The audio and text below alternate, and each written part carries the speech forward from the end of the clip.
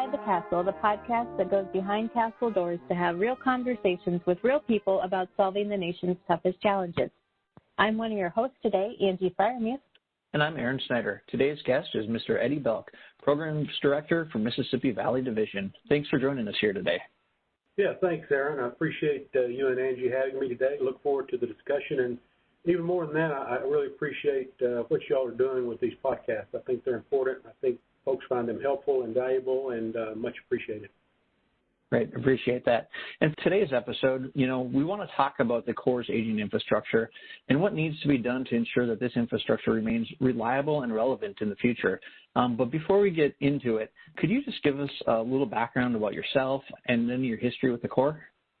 Yeah, sure. Be glad to. I've been with the Corps of Engineers now for just over 30 years. I actually began my career in the private sector. I worked for a consulting firm, engineering firm in Memphis, and then for a couple of years, and then in Little Rock for a couple of years. And for whatever reason, I had it in my head at some point while in Little Rock that I wanted to work with or on the Mississippi River. And applied and eventually got a job in the Memphis district, and so spent 22 years at the district level.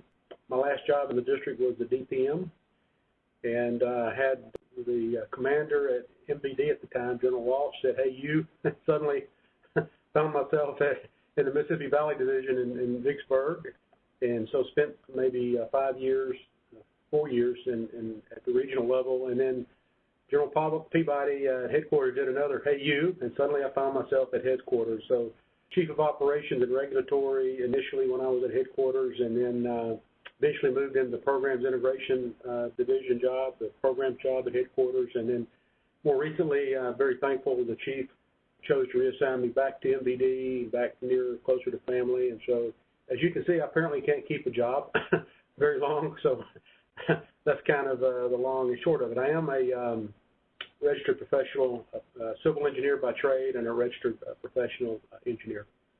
Thank you for that. I'm glad Aaron and I have had the great pleasure of working with you for many years, and now everybody can get to know you as well as we do.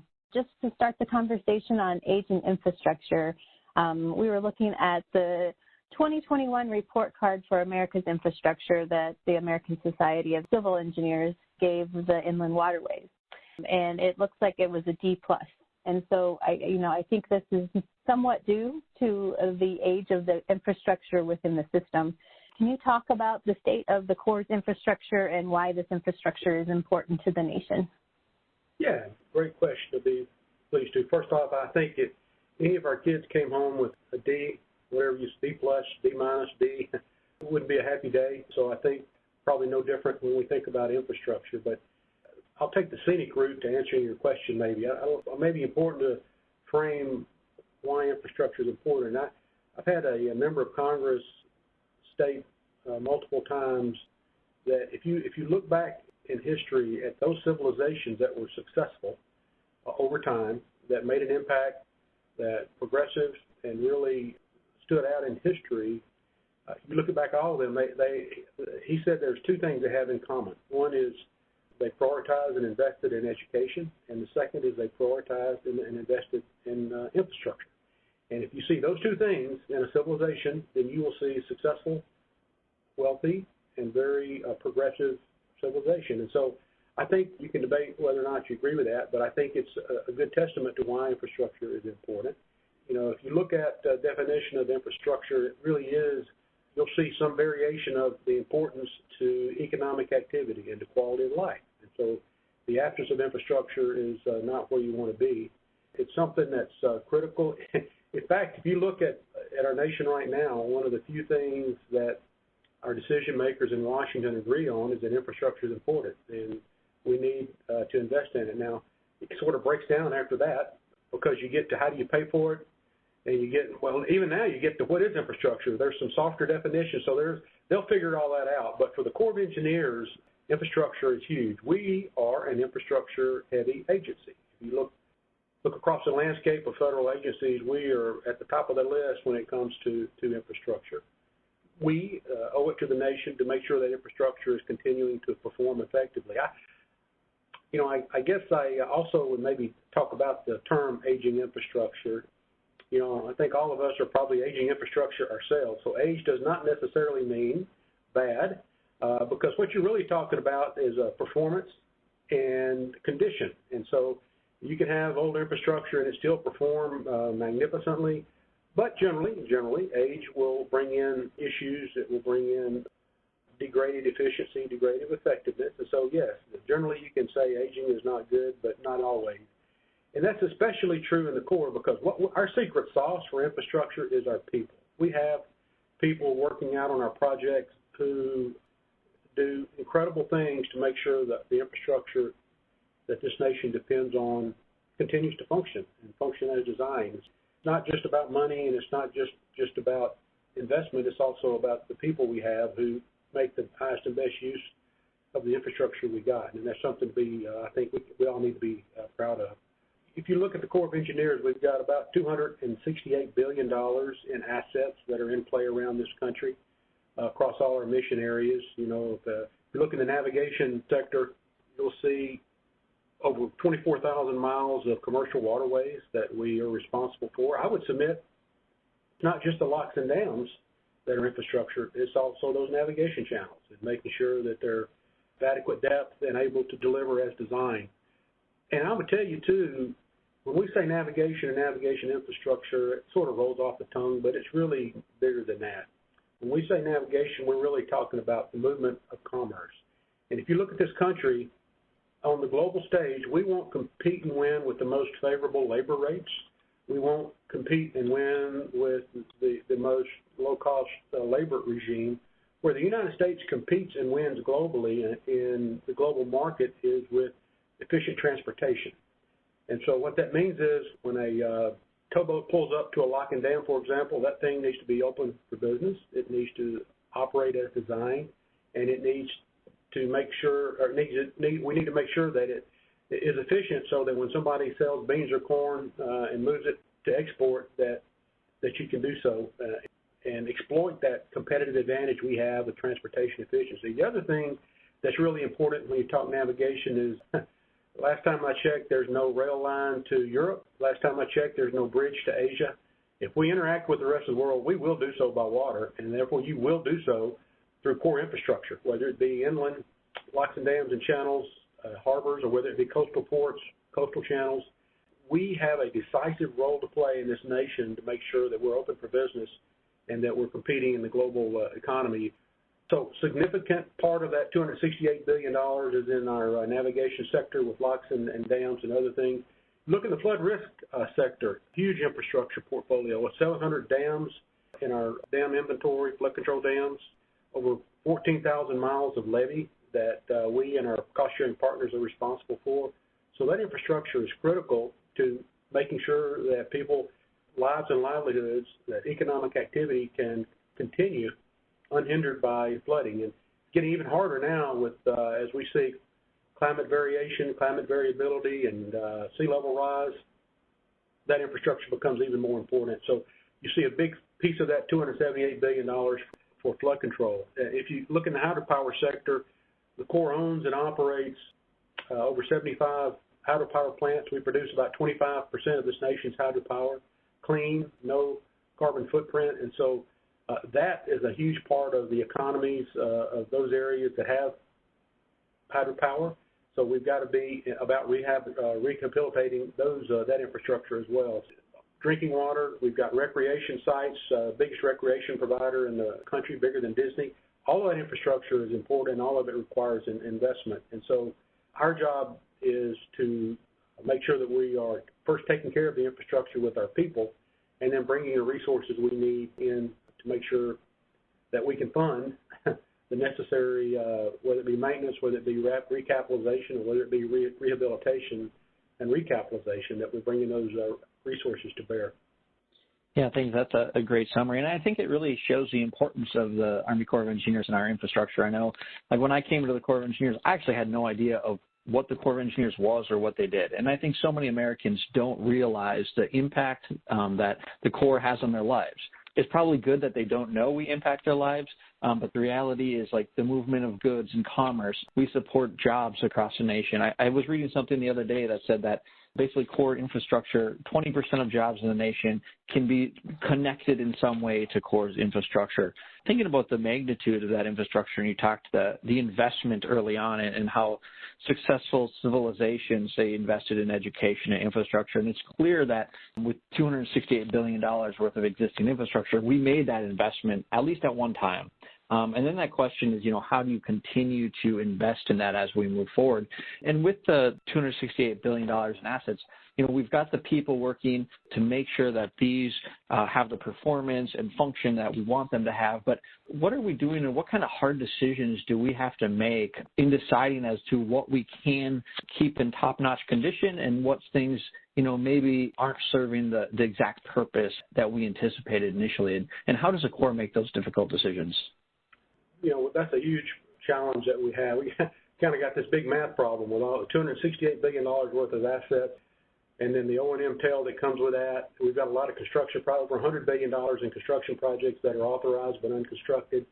And then we've got to recapitalize and or rehab a lot of those older pieces of infrastructure. So it is a big challenge. I think, though, this may sound odd, but I think part of our challenge starts with effective communication, because if you look at this country, over 75% of this nation was born after 1960, including probably all of us on the podcast right now. You may say, so what? Well, here's the deal. If you look at core infrastructure, most of our infrastructure, of that $278 billion in assets that we operate around the country, most of that infrastructure was built out from the 1930s through the middle part of the 1960s. Obviously, we've done a lot since then. We've built incredible things since that time.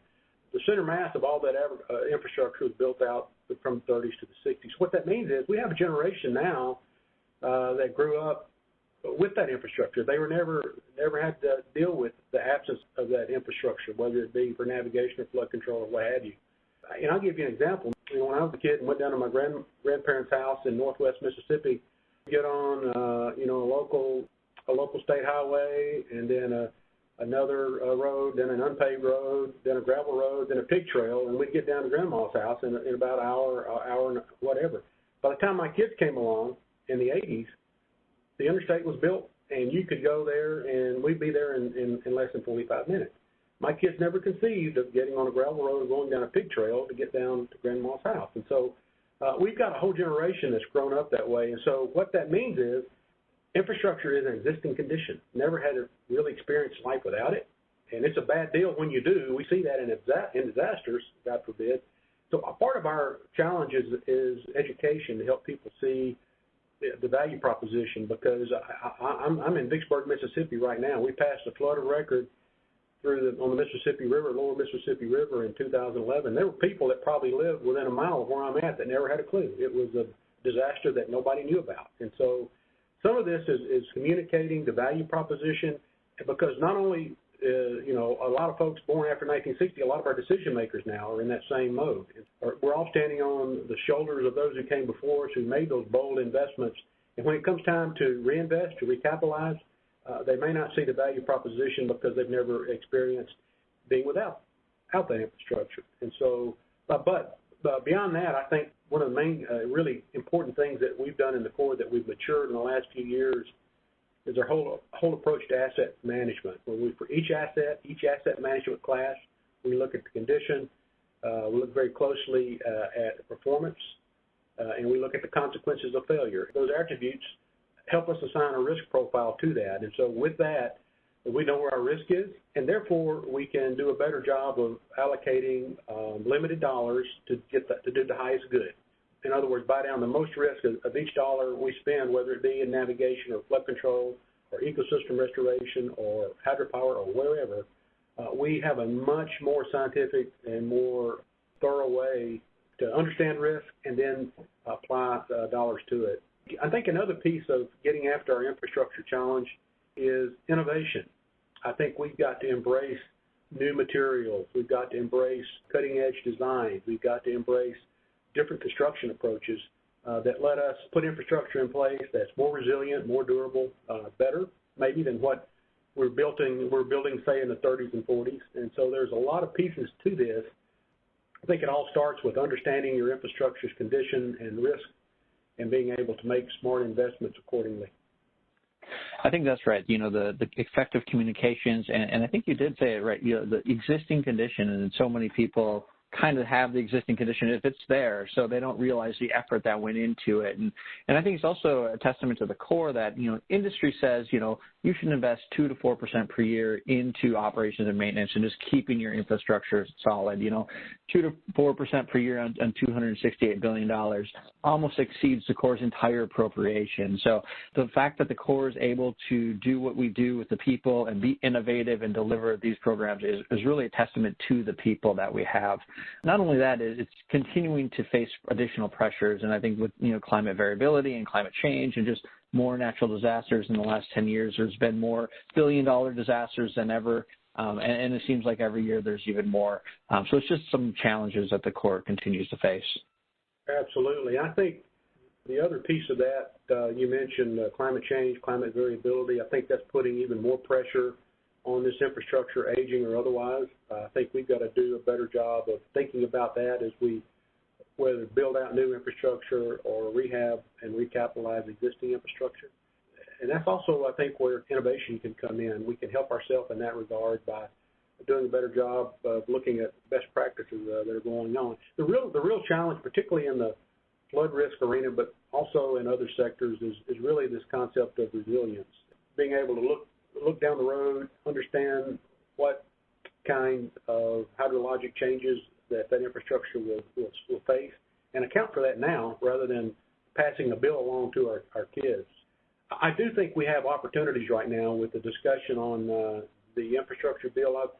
I've read a lot about infrastructure, and one of the things I read that stuck with me was, there's as I indicated earlier, a big debate right now on not infrastructure. I think everybody agrees that's the right place to invest, but it's how to pay for it. And I read a number of studies that point out that if we think passing a deficit along to our kids is a bad thing, and it probably is, wait till you pass along an infrastructure deficit, because then you no longer have the economic baseline to generate economic activity in order to buy down that deficit. So I think our decision makers are grappling with that now, trying to build that financial, potentially with a supplemental infrastructure bill to provide for that financial economic baseline of the infrastructure so that our kids and grandkids have that infrastructure to grow their economy and to be successful and competitive globally. So I do think there is a cost of not investing in infrastructure that certainly our kids will see, and then we may even see at some point. I think for the Corps, one of the good news stories is Congress continues to do infrastructure the old-fashioned way, where they have, for the fourth year in a row, have provided a record annual appropriation for the Corps. They've provided tremendous flexibility for us to apply those dollars where we see the most risk, not only in existing assets that are operating out there and with the dollars to properly maintain them, but they've made some really allowed us to make prudent investments in new infrastructure that does some of the things I talk about, account for climate change, are more resilient. And so the cumulative effect of those record appropriations combined with recent supplementals, I think, are really helping us turn the corner on sort of this maintenance backlog that we've been challenged with as an agency for a number of years. Congress is really stepping up, and it's not just them stepping up, but we now have the tools to know where our risk is and have the tools to best apply those dollars. And when you combine that with the people that we have at our operating projects, whether it be a locked dam hydropower plant, flood control dam, who are passionate about that's a powerful combination, and I think it's letting us make some important inroads. We're properly taking care of that infrastructure that we're responsible for. We've heard a lot about the infrastructure bill and whether or not there will be one, but what would an infrastructure bill do to help the Corps? Like what challenges would it help address? Yeah, thanks, Angie. I think there's a number.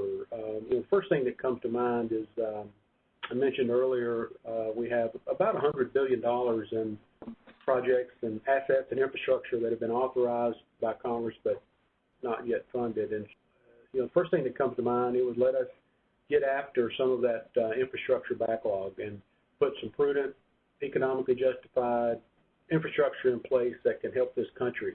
That's one thing. I think the other is, I talked about the aging infrastructure.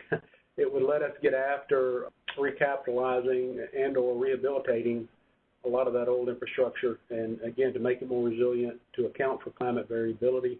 So we can really make a big dent in that requirement as well. Again, coupled again with technology, I can never fail to mention the importance of innovation, technology, leveraging the power of Verdict. There's a lot that they can help us with in understanding where science is headed, what best practices look like, what the cutting edge is for all of our asset classes. And I think combining all of those with an infrastructure bill can really have a powerful impact on the economic landscape of this country and provide assets that are going to operate for the next 50 to 100 years. Really is an opportunity, sort of a golden age of recapitalization for the Corps that I think will serve this country well for a very long time. Yeah, and we talked about all the different bills and the supplementals and just kind of piecemealing some of the work that needs to be done. What is the best long-term funding strategy for our infrastructure? Any thoughts on that? That's a great question, too. I think the traditional models of Congress providing appropriations through the energy and water appropriation is certainly going to continue to be critical and crucial. I think people don't think about it, but our cost-sharing partners provide billions of dollars each year. So leveraging what Congress provides with what our partners provide are going to be key to that. In addition to what we've already talked about with innovation and using the power of Verdict, I think we've also got to be innovative in how we approach financing, looking at things like public-private partnerships, finding more places where that tool can be usable and leveraged. There are trillions of dollars of private sector capital sitting on the sidelines as we speak, ready to be deployed in infrastructure. The art of the deal is for us, the Corps of Engineers, to find ways to deploy some of that capital in smart ways. The best example that we have right now is the Fargo-Moorhead Flood Risk Management Project up in Fargo, North Dakota, and Moorhead, Minnesota. We're using a public-private partnership transaction. Well, our sponsor is, and we're working in partnership with them to deliver this $2 billion program. The value proposition of a public-private partnership is that you can deploy immense amounts of capital up front, and we're not exposed to accumulating those dollars year after year through incremental ability of the sponsor to pay or through incremental appropriations. You can go to the market, get all this money up front, multi-billion dollars, and just have a very aggressive, violent execution, if you will, to do that in a much shorter period of time and start bringing that project online, generating benefits sooner, and really creating a basis for an economically viable investment. So that's not for everywhere at all places, but there are places where it makes sense, and I think we've got to be open to that. I think another opportunity is our Civil Works Infrastructure Loan Financing Program, loan program. It used to be called WIFIA.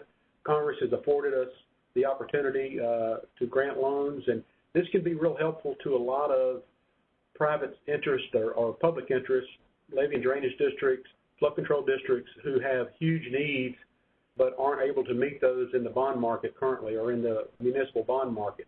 We can use SWIFT WIFIA funding to bridge what they can currently get with what they need to actually deploy this infrastructure and build it out. Infrastructure has a very long life, 50-plus years, and so we can, under the terms of the WIFIA program, give them better terms to make it more affordable for communities so that they're not limited just what they can get under, say, a traditional 30-year loan from the municipal bond market. So it is incredibly powerful. I think we've got to get better at understanding and leveraging that tool. Aaron and the team at headquarters are doing some incredible things to set conditions for that. I think Congress is very intrigued and open to that. I think our job is to finish developing and setting up the program with the funds that Congress has provided, and then once they start giving us the ability to make loans, make sure that we have some early wins to show the value proposition, because I think Congress will see it as well, and I know a lot of our partners can see that. Beyond that, I think Congress has also given us some authorities that allow us to work with sponsors, let sponsors take on more of the responsibility, both financial and construction risk, and so using those authorities when they're appropriate. And I don't think there's any one thing that's going to get us over the hump. I think it's a lot of things that we're going to have to work together. I think we're going to have to rethink our playbook, things that have made it successful up to now from a financial standpoint I don't think are equal to the challenges that we're facing in the future. When we're looking at our rehabilitation and recapitalization needs of this existing infrastructure plus $100 billion in new infrastructure, we've got to think bigger and use every tool in the toolbox. And the good news is we have some incredible tools that we've developed in the last 4 to 5 years that I think are going to help us a lot agency-wide. Yeah, thanks for that. And, obviously the support for alternative financing and federal loan programs and P3s and looking at how to deliver infrastructure differently is really, I think, important for the agency as we move forward. We are nearing the end of our session together today, but I did kind of want to ask you one last question. Going back to the infrastructure bill, back in the 1930s when somebody had the big idea of building the navigation system on the Mississippi River, all these locks and dams, that had to have been a huge idea at the time, like big cost. What are those big ideas out there today that the Corps probably could never get after during a normal funding cycle, but that this infrastructure bill could potentially open the door for? Do you have any big ideas that you would like to see implemented within the Corps? The opportunity that an infrastructure bill could afford for us to think programmatically rather than postage stamp project at a time, incrementally, it really opens up the playbook for innovation, for speed, for efficiencies when we have a bigger example of where it's very similar to P3s where you get all the money up front and you can have so much innovation, so much flexibility in your acquisition approach, in your sequencing. The same thing is true, I think, for an infrastructure bill, depending on the size and the scope. It can open up the playbook for us to be efficient and effective in delivering both on recapitalization and rehabilitation needs and new infrastructure from the $100 billion that's out there. So I just think the flexibility that full funding gives us is just incredible. I think as an agency we've had full funding so rarely that we've kind of become maybe a little bit numb and may have lost an appreciation for what full funding can actually do. We've been using an incremental model so long. So I think some of this is going to be between the ears here. We're going to have to exercise some muscles between the ears and think differently to exploit the advantages that could come with an infrastructure bill. And I think with success comes success. If we are successful, I have no doubt that the nation will reap benefits, and Congress, I think, will continue to be thoughtful and helpful to the Corps if we prove our ability to deliver effectively. Thank you for that. We're nearing our end of our time together, but I do want to reach out and ask you if you have any final thoughts for our audience. I guess I would just say the Corps of Engineers is in a good place. We tend to get kind of gloom and doom when we think about all of the requirements that we're facing with completing ongoing projects, with operation and maintenance, with we also always have more demands than we have resources, and that's the circle of life. It's everywhere. But I want to leave on a positive note. Leave this podcast on a positive note. We have a lot to be thankful for, a lot to be proud of in the Corps, both in terms of what Congress is continuing to provide to us. They're not providing these record appropriations because of our charm and good looks, although we would like to think so. They're given to us because what we do is important, and I don't see that changing. And I think we've got excellent people, as I said, that are going to make the highest and best use of those funds. And the glass is half full, and I really believe that. I think it's going to even get better. We'll see how the infrastructure bill pans out. Maybe we will get it, maybe we won't. But I just think we need to be ready if we are presented that opportunity to make the most of it. But I think we're in a good spot. I just see a very bright future with this huge infrastructure portfolio that we're responsible for. Thank you, Mr. Belk, for joining us here today for this edition of Inside the Castle. We appreciate you and your insights. To our listeners, we want to hear from you, what topics are important to you, and people you are interested in hearing from. Until next time, be safe, be innovative, and be revolutionary. To provide your feedback, email us at cw.infrastructure.team@usace.army.mil. Stay tuned for additional Inside the Castle podcasts as we explore life inside the Corps and revolutionize civil works together.